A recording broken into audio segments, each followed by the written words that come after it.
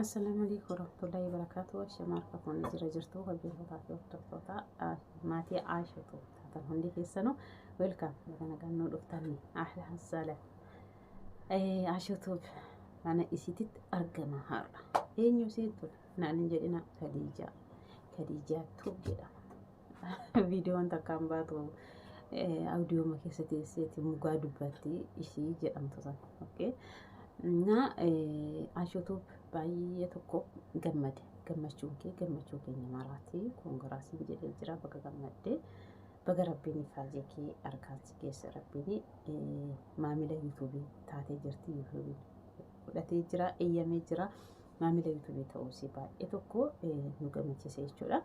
Kanaafuu ashoo teenya jabaadhuu jabduu teenya itti fufii fuuldura kee badhaa akka nuuf ta'u abdii qaba.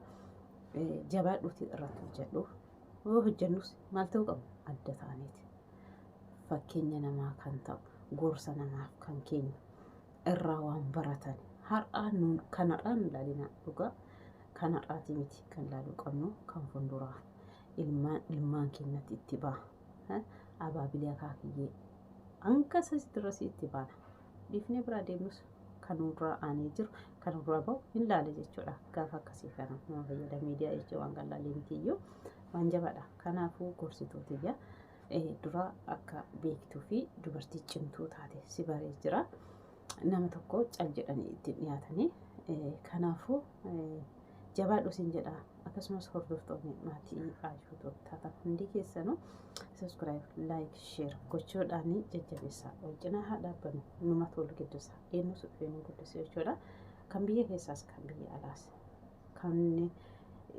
shamaraa fi dhiira hin jenne saalaanis gosaanis addaan foone hundi keenyaayyuu walaa jajjabeessa isiniin jedha hordoftoonni Aashuu hundi keessanuu egaa hangaadhaa wal cinaa dhaabbannee wal guddisaa asiin geennee jira asiin geettanii jirtanii guddaan of galatoomna fuulduraafis akkasumatti duubaatti harka wal qabannee haa jabaanneeti wajjin deemnu jechuudha.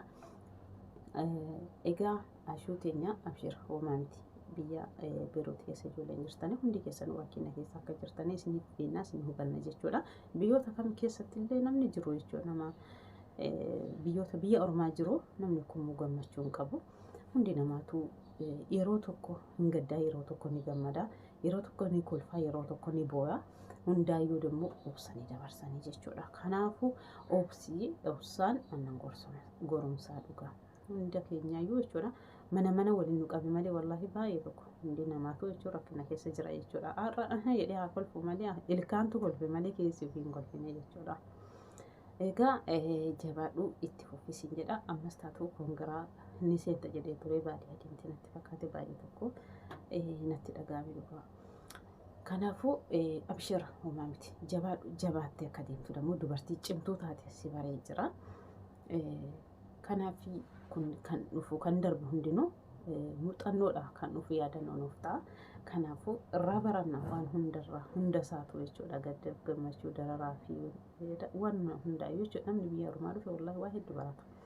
Kanaafuu abshir wal cinaa jirraa siin jedha jabaadhu jabduu teenya darbiitii bira nuuf inni jedhiti barumsa garaagaraa irratti akka nuuf gallakkistu abdii qabna siin jedha. Egaa waan dhageettaniif guddanaaf galatoomaa siin jedha. Viidiyoo biraatiin hanga walitti deebinuuf viidiyoo asirratti haa goolabnu.